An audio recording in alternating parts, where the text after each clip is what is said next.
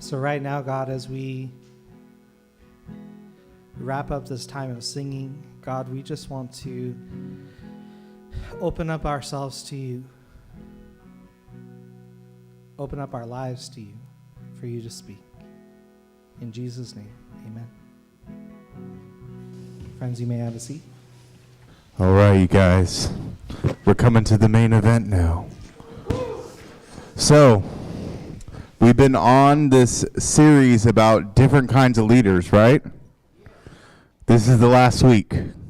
The final one. And then we go into the final frontier.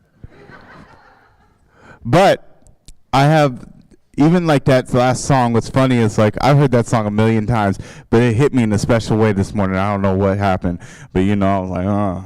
But anyways, I just think, when I think of the next speaker in this series, which is Bill, I think of the goodness of God. When I came here, they were one of the first families that made sure for me to come over and spend time with them. And Bill made sure to cook, to take care of things. This is before I even knew his story. And in a lot of the ways that he serves people and he cares, it's in a place that nobody sees, that nobody talks about. And I don't know how much thanks he gets, but I definitely am thankful for him. Bill is the impact leader, impact pastor. Yeah, I said that because he hates being called a pastor, but I hate being called a pastor, so I also get that. I love being a pastor, but there's certain ties that come with it. But I am blessed to be able to serve with Bill, and welcome Bill up here to speak today. You got this, brother. Thank you. So, my name's Bill. I'm a sinner. Never tell your pastor that their job's easy because they only work once a week. You'll end up here. So, I learned that one the hard way because that's how I learn things, is the hard way. So, I'm going to be talking about movement leaders. And in my talk, you're going to see a lot of my personality in the slideshows, so please giggle, laugh, point, whatever you feel like, because that's me, and I was told to be me up here, and that's what I'm going to do. So you can see, no matter where you're at, you can always be a leader. You lead from where you're at. It doesn't have to be this person up front as the leader. It doesn't have to be the president. It could be in the church. Just sitting where you're at, leading someone else to God, leading someone else in prayer, leading someone else in anything that you want to do. It's like a teacher. They're leading where they're at. Just because you're not in charge doesn't mean you're not a leader. So next slide.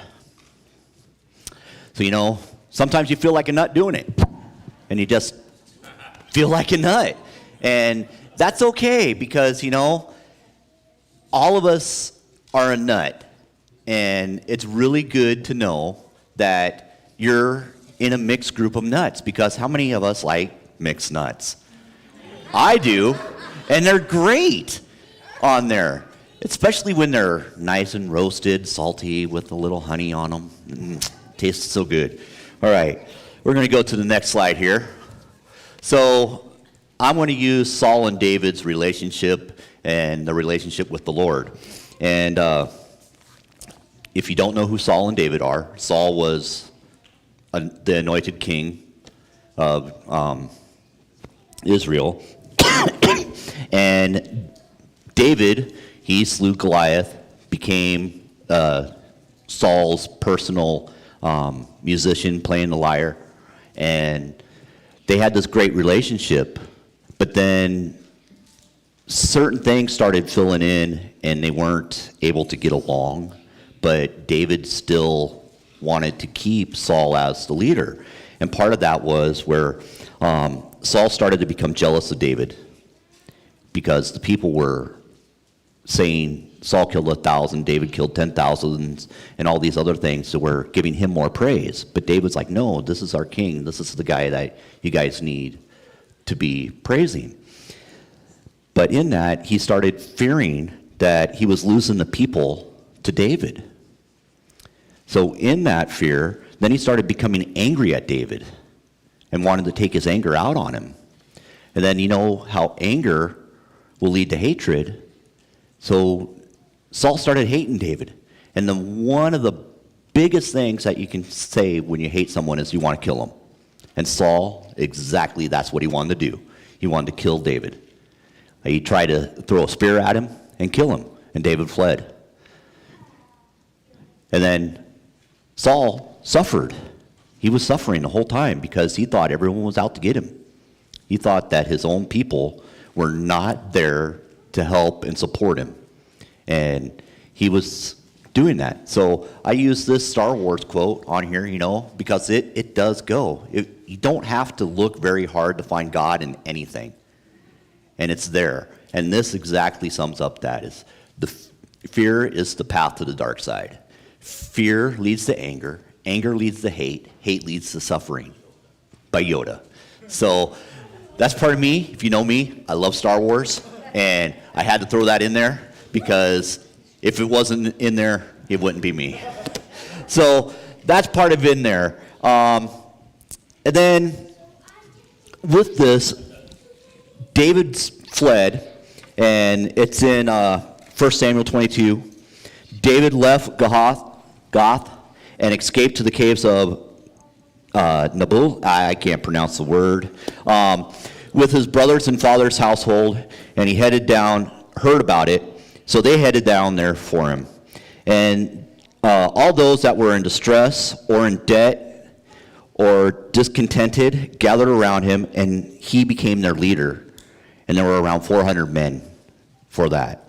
So here's David, that was just a servant of Saul, escaped. And here's these people that gathered around, heard that David was down there, and they were discontent. They were in debt, and at that time, to be in debt was a crime, so you were criminals. They just came from all over because they needed someone, and David ended up being their leader. So with that, we'll go into the next thing on the slide, is the movement leader. So I got a little video that I'm going to show.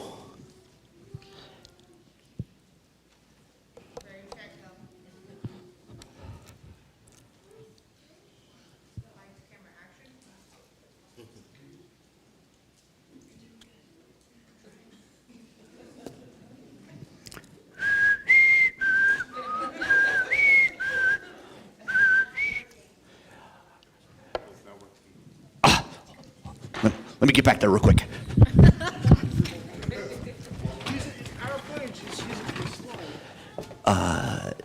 Can you click on?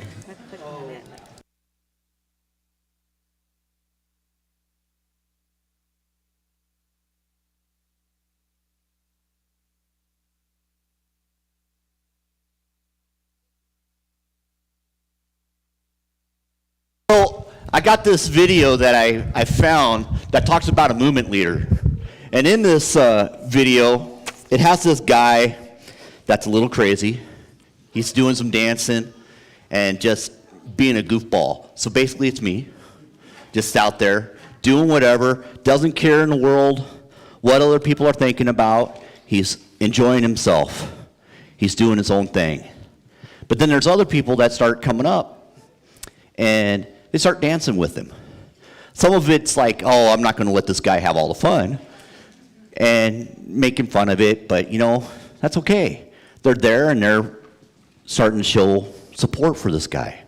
Well, then other people start coming in because these other guys, or people, I'm using guys as a general term, decide to, hey, I don't want to be the only one left out of this. So they ended up that this one guy, oh, is it coming?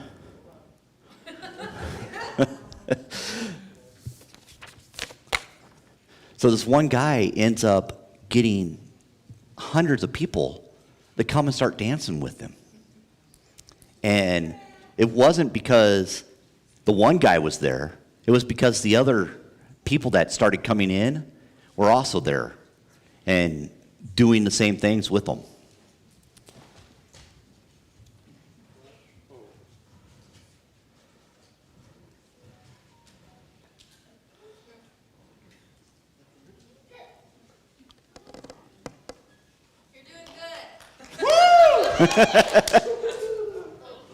Oh, that wrong.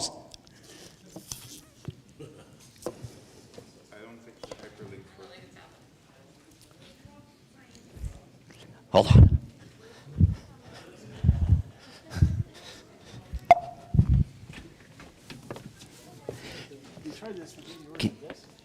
Can you go to YouTube? Just So how many passes does it take to fix electronic Oh, what's it called? Have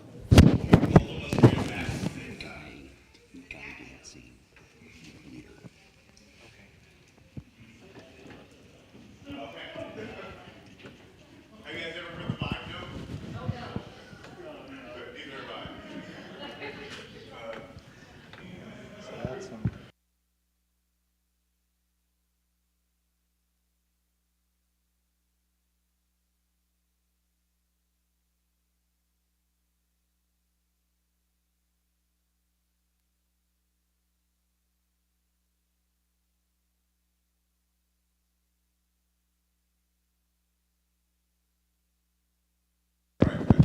I think we got it now.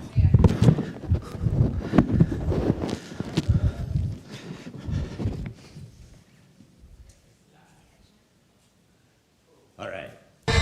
If you've learned a lot about leadership and making a movement, then let's watch a movement happen start to finish in under 3 minutes and dissect some lessons. First, of course, a leader needs the guts to stand alone and look ridiculous. But what he's doing is so simple, it's almost instructional. This is key. You must be easy to follow. Now here comes the first follower with a crucial role. He publicly shows everyone else how to follow. Notice how the leader embraces him as an equal. So it's not about the leader anymore, it's about them, plural. Notice how he's calling to his friends to join in. So it takes guts to be a first follower. You stand out and you brave ridicule yourself. Being a first follower is an underappreciated form of leadership. The first follower transforms a lone nut into a leader. If the leader is the flint, the first follower is the spark that really makes the fire. Now here's the second follower. This is a turning point. It's proof the first has done well. Now it's not a lone nut and it's not two nuts. 3 is a crowd and a crowd is news. A movement must be public. Make sure outsiders see more than just the leader. Everyone needs to see the followers because new followers emulate followers, not the leader. Now here come 2 more people, then 3 more immediately. Now we've got momentum. This is the tipping point and now we have a movement. As more people jump in, it's no longer risky. If they were on the fence before, there's no reason not to join in now. They won't stand out, they won't be ridiculed, and they will be part of the in crowd if they hurry. And over the next minute you'll see the rest who prefer to stay part of the crowd, because eventually they'd be ridiculed for not joining. And ladies and gentlemen, that is how a movement is made. So let's recap what we've learned. If you are a version of the shirtless dancing guy, all alone, remember the importance of nurturing your first few followers as equals, making everything clearly about the movement, not you. Be public, be easy to follow. But the biggest lesson here, did you catch it? Leadership is overglorified. Yes, it started with the shirtless guy, and he'll get all the credit, but you saw what really happened. It was the first follower that transformed a lone nut into a leader. There's no movement without the first follower. See, we're told that we all need to be leaders, but that would be really ineffective. The best way to make a movement, if you really care, is to courageously follow and show others how to follow. When you find a lone nut doing something great, have the guts to be the first person to stand up and join in.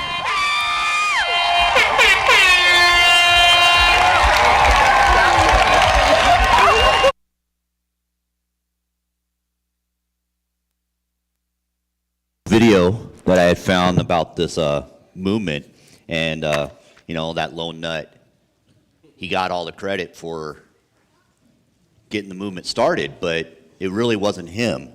It was the other people that came afterwards. And that goes to this verse, Matthew 7:16 through 20. And it reads, "By their fruit you will recognize them. Do people pick grapes from a thorn bush or figs from a thistle? Likewise, every good tree bears good fruit, but a bad tree bears bad fruit. A good tree cannot bear bad fruit, and a bad tree cannot bear good fruit. Every tree that does not bear good fruit is cut down and then thrown into the fire. Thus, by their fruit you will recognize them." In the NIV. So in this, you got that one nut that was in there. He's like, "Hey, here you go. I'm doing my own thing, dancing. I don't care what anyone thinks." And then he had the other people come and start following that guy's lead. They were the movement leaders. Those guys, you could tell by the fruit that this first leader had and their fruits that they had, that everyone else wanted to join in. So we're a bunch of oats in here. And, a good trail mix has oats, nuts, and fruits in it. So with that, that's where we can tell if a movement is good or not, because we can tell by the fruit in here if it is going to be what needs to be done. We'll go on to the next one. So here's the thing that goes. This dog in here looks really cute and stuff. And people will look at this dog and be like, "Oh man, I do not want to look at this dog and feel bad for it." But this dog probably has the biggest heart and the most love out of any dog that's out there. And, it goes with God. It's like God judges the unseen and not the seen. Do we? We'll see a person walking down the street and we may be like, "Oh, I don't want to have anything to do with it." I'll do a little story on myself. I remember going on a school field trip with my oldest daughter, and we went to the zoo. And I'm with all these kids, and I think it was the first grade, and this young man was walking down, and spiked hair, chains, just looked like a hooligan. Did not want anything to deal with him. And with me, I have a whole bunch of, as my wife quotes, stupid t-shirts that have stupid sayings on them, which is fine with me. Well, I happened to look at this guy's t-shirt because there was writing on it, and it said, "Don't judge me, I'm a Christian too." Oh man, here's my God smack in the back of the head, because I'm like, oh, here we are. I'm judging just by the look of it. And it goes in here, 1 Samuel 16:7. "But the Lord said to Samuel, do not consider his appearance or his height, for I have rejected him." The Lord does not look at the things that people look at, but look at the outward appearance. But the Lord looks at the heart. So with that, and when you're in a movement leader, and Stefan's our leader here at the church, other people in here are going to be the movement leaders. Those are going to be the ones that, hey, you're having it. Tim can be up here playing the guitar, but it's everyone else back behind him that's helping the movement go. They're all leaders up here. We're all leaders. If you're back there running sound, if you're taking care of the kids, it's these things that we go and we show that we're going to do to make sure everything is going great. You can hear me now? Yes. Thank you. Feel like the Verizon guy. So when we're doing that, it's just makes it a little bit different for us. And David had those 400 men that it says in the Bible that came to him. So we'll go to the next slide. And they call them, it's David's mighty warriors. And there's actually a whole bunch of them, but there's three main guys. And their names are up there on the the slide there. I can't pronounce them, but these guys are like great fighters in this, but they're also leaders in their mighty warriors. And it talks about in here that Joseph the Bishite, the first one there, was the chief among these three. He raised a spear against 800 men whom he killed all in one counter. So, all right, so he can fight. Then the next guy is the Elsazad, the son of Dobai. He was one of the mighty three with David when he was in fighting the Philistines, and they gathered in a field, and the Israelites were retreating. This guy stood his ground in a field of lentils, and he fought off the Philistines until his hand became so cramped and frozen to the sword that he couldn't move it. He couldn't release the sword. I know as you get older, you get that arthritis and your hand is there, but this is a young man. So to do that, he had to be fighting for hours on that, and to where your hand, you could not open it or release the sword. And this is how, and he fought them all off. The soldiers didn't return until after a lot of the Philistines were dead, and they retreated to salvage all the dead bodies that were there. Then you got the last guy, Shanahai. He decided, I reversed those two.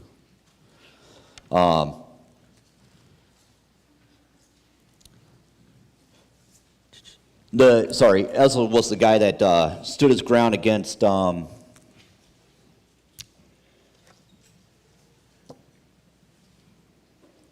middle. Well, there was the other one is the guy that. I'm getting a little nervous now.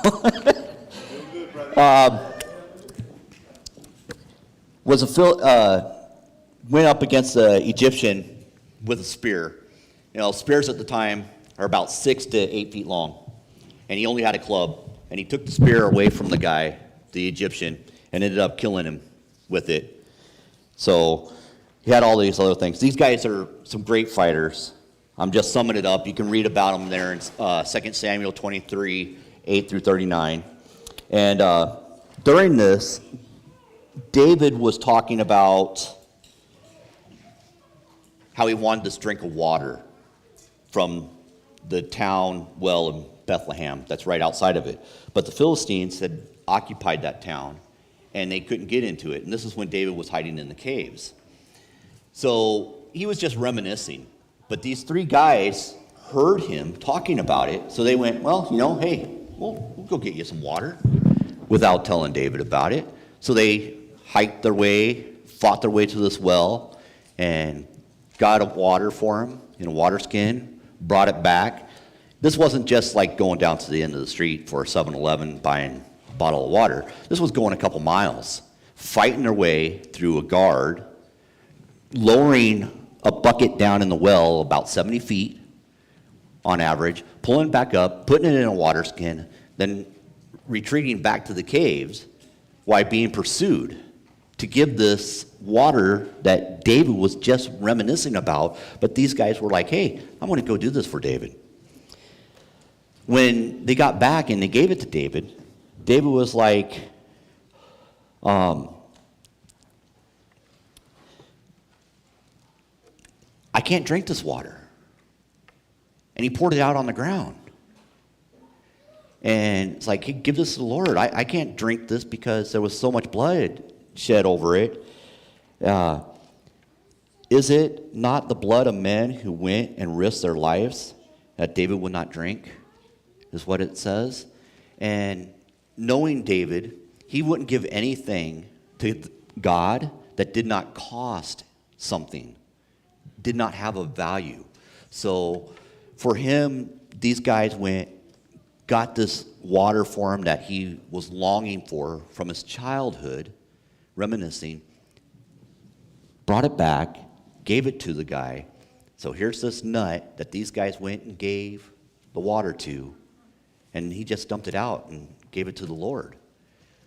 That's amazing when you stop and think about it. Here's these three men, and when you start looking at them in themselves, they're on some awesome levels. The first guy, 800 men in one encounter. One encounter.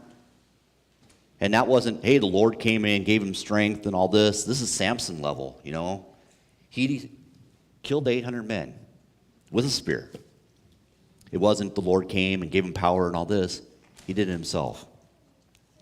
The other guy stood his ground until his hands were frozen to the sword.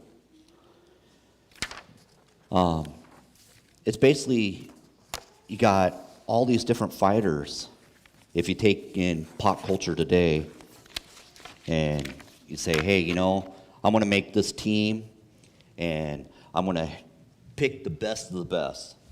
I'm going to take Mike Tyson, Jackie Chan, Conor McGregor, Sugar Ray Leonard, Ronda Rousey, 27 other ones, and say, hey, these are going to be my fighters. So that's where it's like, hey, 400 men, took 30 of them, but there's actually 37 in total when it gets mentioned in here. And you go to the next slide. So these are the other list of the 30 warriors that David had. And when one would die off, he would replace it.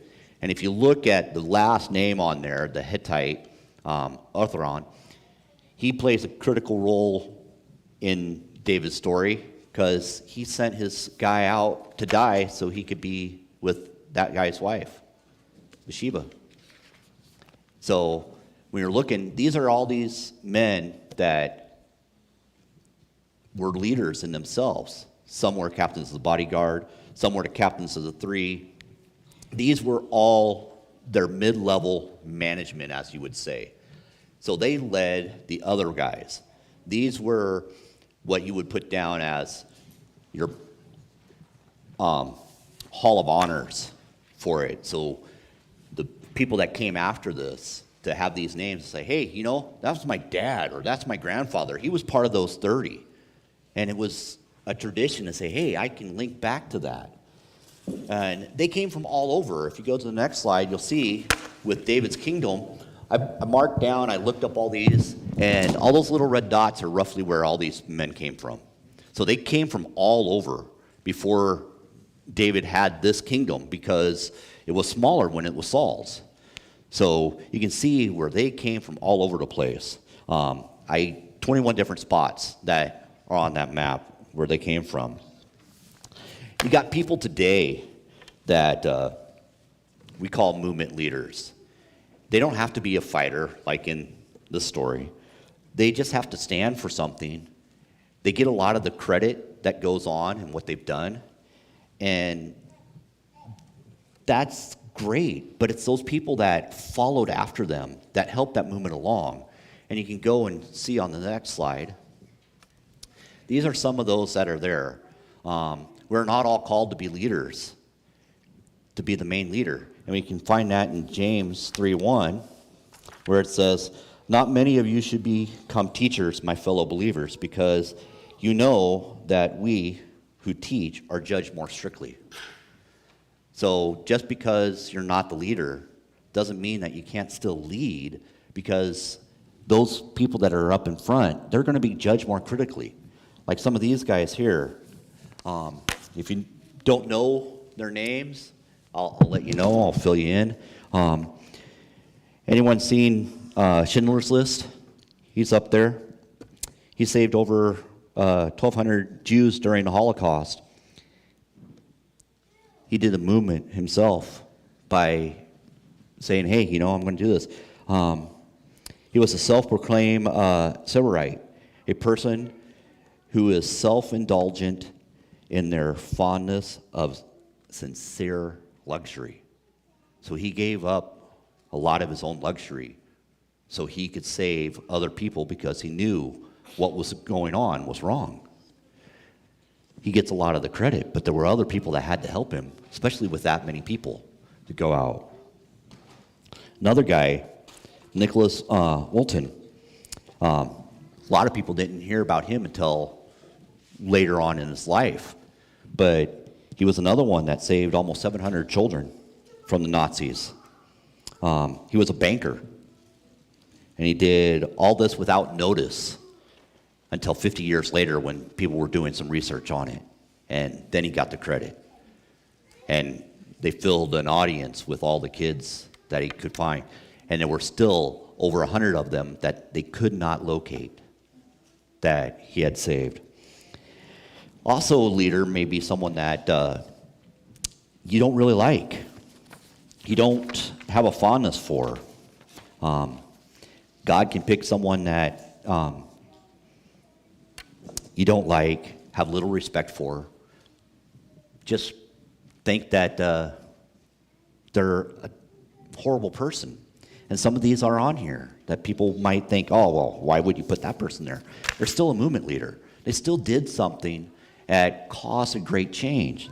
Nelson Mandela on there. He went to prison and stood up for equal rights in this area.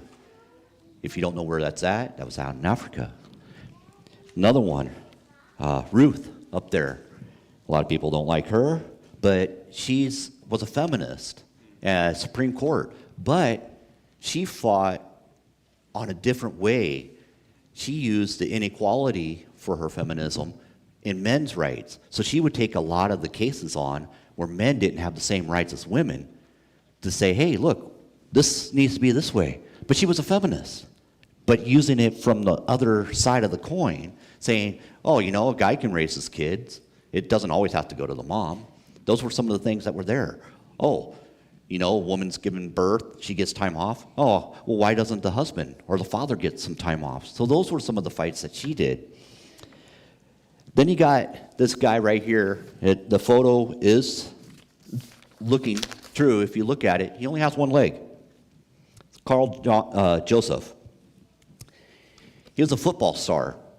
He lettered in 3 sports: football, basketball, and track, with one leg. One of his things that he did for his school is they didn't have anyone to do high jump.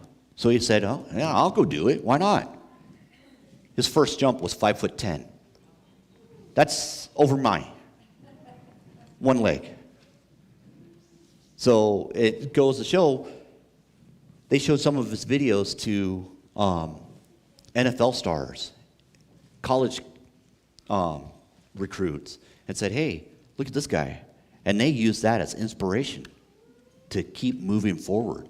Just because you had something wrong didn't mean that you still couldn't do great things. The last guy there, Desmond Dawes, he saved 75 wounded men, didn't carry a gun, was the first Medal of Honor for not fighting. He was a combat medic. Talk about a movement. There were 3 other guys that also got this award, but he was the first, so he gets a lot of the credit. And when you start doing the history, that takes a lot of guts to walk into a firefight and to go and save all these wounded men. If you watch the movie about him, you'll see it's like, wow, it's amazing. And he was a good Christian guy. So those are just some of the movement leaders that we can have. And if you go into Matthew 4:19 or 4:19 there, which turn real quick.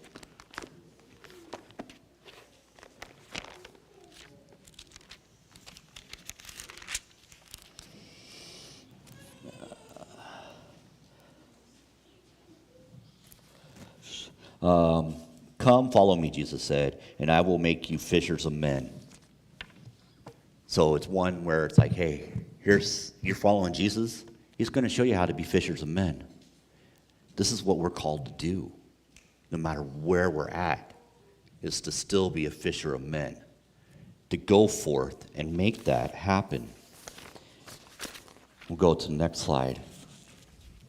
So movement leaders are the ones that are leading from where you're at. They don't have to be the ones up in front. And to do that, you know, we ourselves have a lot that we need to do. The church itself right now, there was a movement that was started before our current leadership was here. Started back with Steve, and we're still pushing that forward. We had some struggles in the church, some people that were not doing the right things, not the Christian things, and didn't know where to turn for help, didn't know what to do because they were afraid that, I'm going to be here, I'm going to get judged if I bring up anything that I'm having problems with. The church is going to look at me wrong.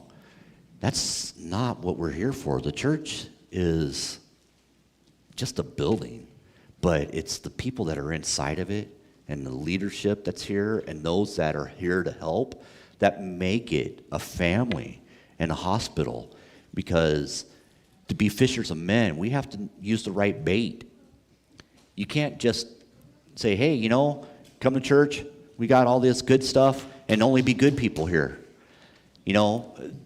God will use those that have a lot of struggles, and they'll be the ones that have it. I belong to a certain group, and I have a drinking problem.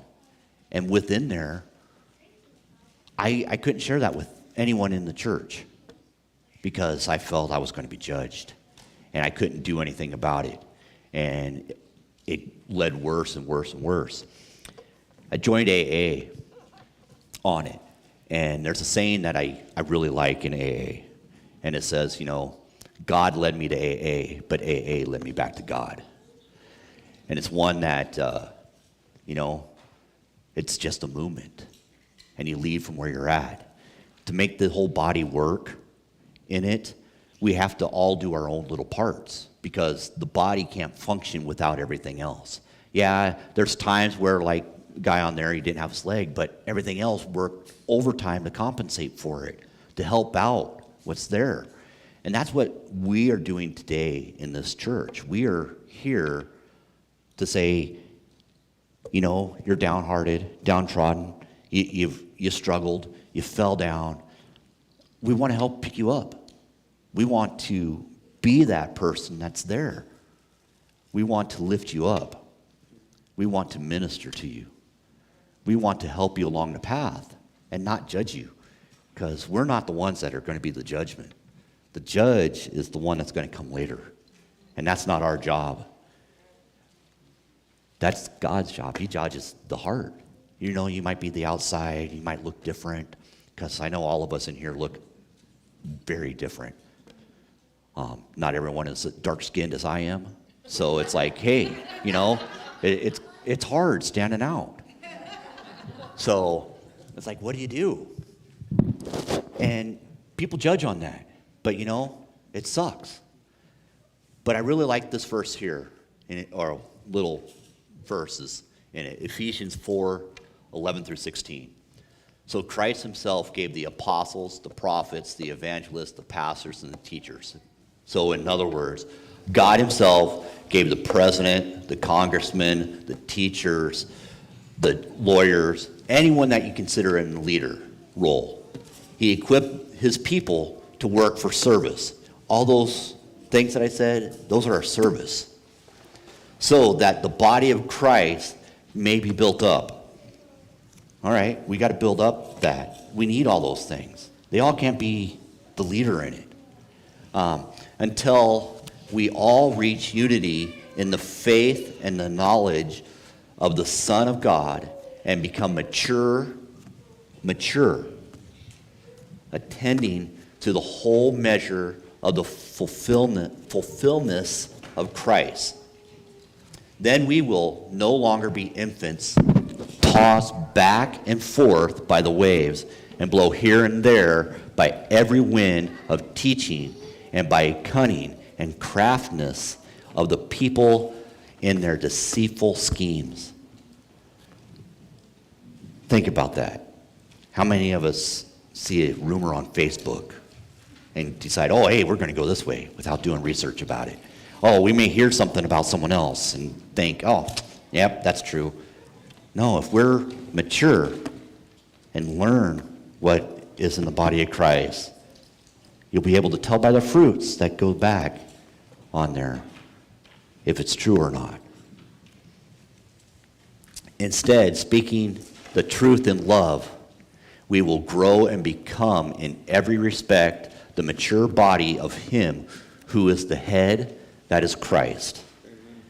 From him, the whole body, joined and held together by every supporting ligament, growth, and builds itself up in love as each part does its work.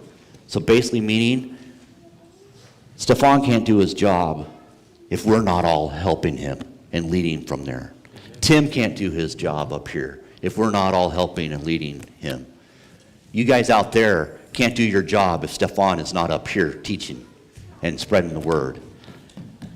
The body together has to work to go, and that's the movement, because our body moves together. Yeah, we might have the brain that's leading it, but you know, when that hand touches a hot place, it pulls off before the brain tells it to pull off, because it knows that it needs to do that. That's basically what I'm saying in this, that movement leaders doesn't mean that you don't have to be at the start of the line, the first in there. You can be in the trenches. You can be the one that's just leading the way and just being that example is basically what this is calling out. You be the example of what Christ is to you so other people can see that, because it goes back to that Matthew to where, you know, you can tell by their fruits. And, you know, sometimes that's hard. And it's like in 1 Corinthians, brothers and sisters, think of what you were when you were called. Not many of you were wise humans in standards. Not many were influential. Not many were noble birth, but God chose the foolish things of the world to shame the wise. God chose the weak things of the world to shame the strong. God chose the lonely things of this world and despised them, and the things that are not to nullify the things that are, so that no one may boast before him. It is because him that you are in Christ Jesus, who has become for us wisdom from God. That is our righteousness, holiness, and redemption. Therefore, as it is written, let the one who boasts boast in the Lord. No matter where you're at, make sure that you're boasting in the Lord. Amen. It's not to be up front to do it, but sitting where you're at, you can still voice that. It's an awesome thing. And I'll leave it with this. Acts 24:5. You know, I think this is the best thing that describes Jesus on it. We found this man a troublemaker, stirring up riots among the Jews all over the world. He is the ringleader of the Nazarene sect. So remember, we all should be a troublemaker, stirring up riots, so we can leave where we're at, because that's what Jesus did. So that's it for me.